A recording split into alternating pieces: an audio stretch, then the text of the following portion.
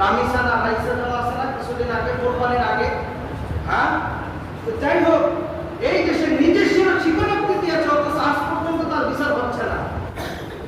সেইটা স্বীকারোক্তি করার জন্য, মামলা ঠিক রাখার জন্য 30 দিন পর্যন্ত তারা সময় নিয়েছে। আর যদি কোনো আলেম করতো এই কাজ,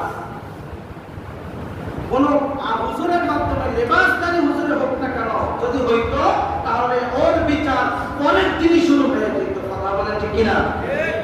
পরের দিনই শুরু হয়ে যেত।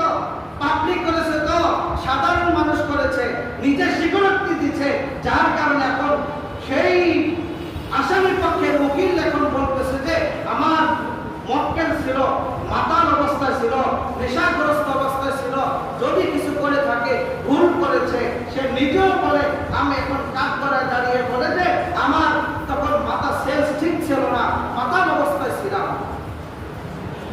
আর জজ সাহেব এটাকে মেনে নিতেছে। এখন ফাঁসির রায় হয়ে গেছে, ফাঁসি এখন পর্যন্ত কার্যকর হচ্ছে না।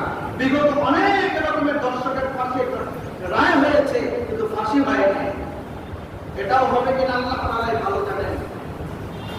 মুসলমান যদি একটা ধর্ষকের যদি বাইতুল মুকাররমের সামনে জনসমক্ষে অথবা এই গুলিস্তান স্টেডিয়ামের ভিতরে জনসমক্ষে যদি একটা ফাঁসি দেওয়া হইতো, যদি তাকে হত্যা করা হইতো, পুরা দেশ ঠান্ডা হয়ে যেত।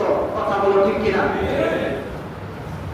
বাইবেলের সামনে দাঁড় করাইয়া যদি একটা ধর্ষকের যদি বিচার করতো, সারা আশুলিয়ার মানুষ দেখতো, পুরো আশুলিয়া ঠান্ডা হয়ে যেত। মুসলমান সেই বিচার আছে কি বলেন? আপনি মামলা নিয়ে নেবেন, এরকমের এক বাবার মেয়ে ধর্ষণের শিকার হয়েছে, বাবা গেছে থানায় মামলা করার জন্য, আজ আসে, কাজ আসে, পরশু আসে, পুলিশ বাসায় আসে না, তদন্তে আসে না। তাহলে এটা কেমন বিচার হলো? এই ধরনের বিচার যতদিন থাকবে কোন দেশ ঠান্ডা হবে না, দেশ শান্ত হবে না। আল্লাহ রাব্বুল আলামিনের বিধান কি দেখেন এদের ব্যাপারে?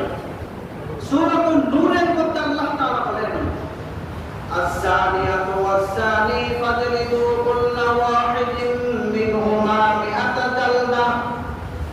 এই আয়াতের আগে আরেকটা আয়াত নাযিল হয়েছিল কোন এক সময়, আশ-শাইখু ওয়াশ-শাইখাতু ইযা জানায়া ফাকানা মিনাল্লাহ। যদি কোনো বিবাহিত পুরুষ এবং নারী যদি জিনা করে, এদের বেঁচে থাকার কোনো অধিকার নাই, এদের বেঁচে